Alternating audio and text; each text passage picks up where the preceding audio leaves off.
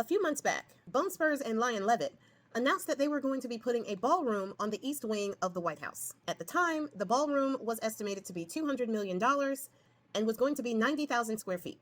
They said at the time that the ballroom was going to sit about 650 people and would be adjacent to the east wing, not touching the White House. So the White House was supposed to remain untouched, and the ballroom was just going to go on the outer edge of the east wing. Almost none of that is turning out to be true.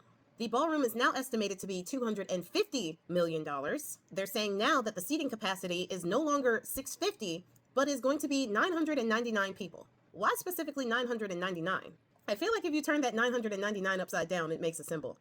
But I digress. And they've also lied about not touching the east wing of the White House as well, because photos have gone out that have shown that they have completely destroyed the east wing of the White House. They have demoed that area, destroying over a century of history there. Now, don't get me wrong. This is not the first time that the White House has been renovated. It was completely gutted between 1948 and 1952.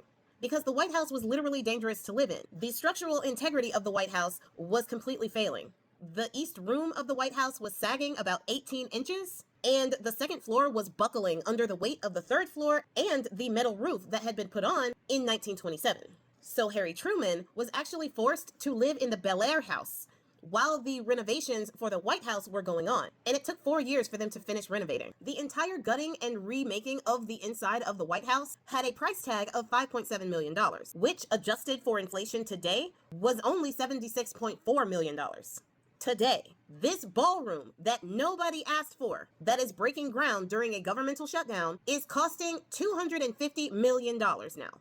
And with the higher seating capacity, it may even end up being a bigger ballroom than the 90,000 square foot that they said it would. $250 million is over 3 times as much as it was to gut the entire White House. And that's adjusted for inflation. Now, the big question is, how is he going to pay for this? Now, I've heard conflicting reports on this, from he's going to pay for it himself, which we all know that's not going to happen, to he's going to get donors to pay for it, which is actually more likely. They are also, I'm pretty sure, going to use some taxpayer funds to finish paying for this. But the donors paying for this, I think, is the biggest problem here. Because they had a dinner on last Wednesday full of big dollar donors who want to donate to this ballroom. Companies like Amazon, Apple, Booz Allen Hamilton, Coinbase, Comcast, Lockheed Martin, Meta Platforms, T-Mobile, and Google, who had just settled a lawsuit that Bone Spurs had against YouTube that was started in 2021. They settled for $22 million, and that $22 million is supposed to be going toward this ballroom. The Adelson Family Foundation, which was founded and run by Miriam Adelson, who is a huge big mega donor of the GOP. Big oil billionaires were there. The Blackstone CEO was there. The Chief of Small Business Administration was there, which is interesting because one of the young Republicans who was caught on that group chat actually works in that Small Business Administration, and nothing happened to him. And of course, crypto entrepreneurs were there as well. And all of that inlays why Bone Spurs and his administration especially want to have a ballroom like this that is attached to the White House. To me, and this is just speculation from this point, this stems back from that ruling from the Supreme Court that says that the president is immune to all official acts as president, right? So Bone Spurs has been allegedly making all of these backdoor deals in Mar-a-Lago. For now, he has been making all of these deals, making all of this money, setting up crypto, setting up all of these businesses. Him and his administration have been doing that off grounds of the White House. After his term,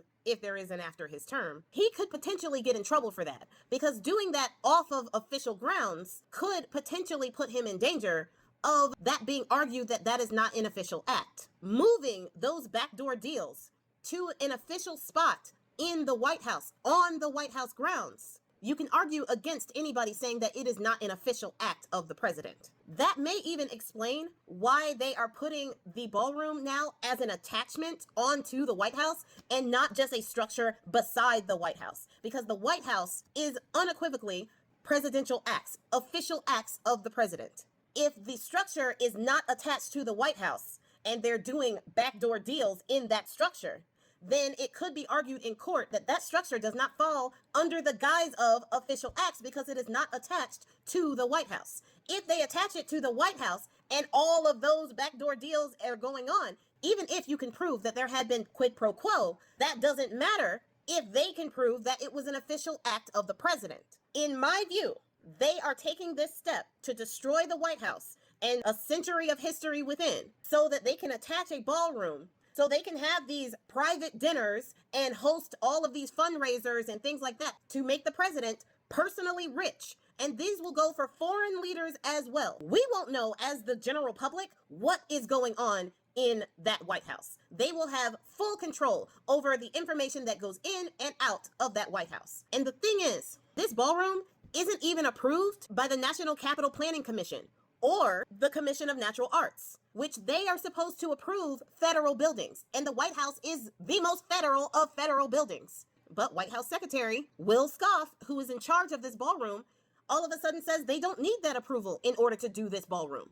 And the thing is, they're going forward with this, and it's supposed to take about 3 years to do, when Bone Spurs only has about 3 years in office.